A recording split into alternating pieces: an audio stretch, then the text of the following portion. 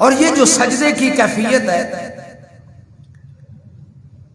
اللہ اللہ، کمر اونچی ہے، پیٹھ اونچی ہے، ہاتھ نیچے دونوں، سر جھکایا ہوا،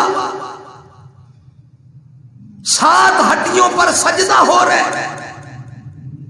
یہ کیفیت جس کو اللہ توفیق دے دیتا ہے، یہ کیفیت ایسی ہے کہ اس کیفیت میں ساری زندگی تکبر ہو ہی نہیں سکتا۔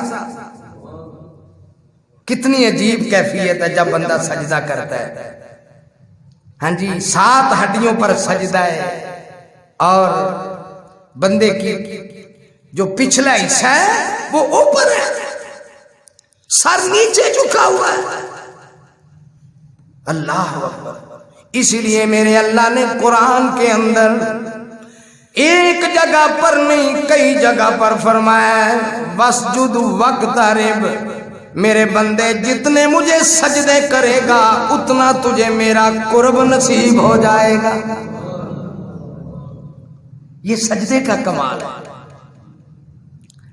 سجدے کا کمال۔ سب سجدہ کرتا ہے، پھر فخر نہیں رہتا، پھر غرور نہیں رہتا۔ اور سجدہ کرنے والا اگر غرور اور فخر کرتا ہے تو پھر اس کا علاج جہنم کی آگ۔ تو انسان ہو کر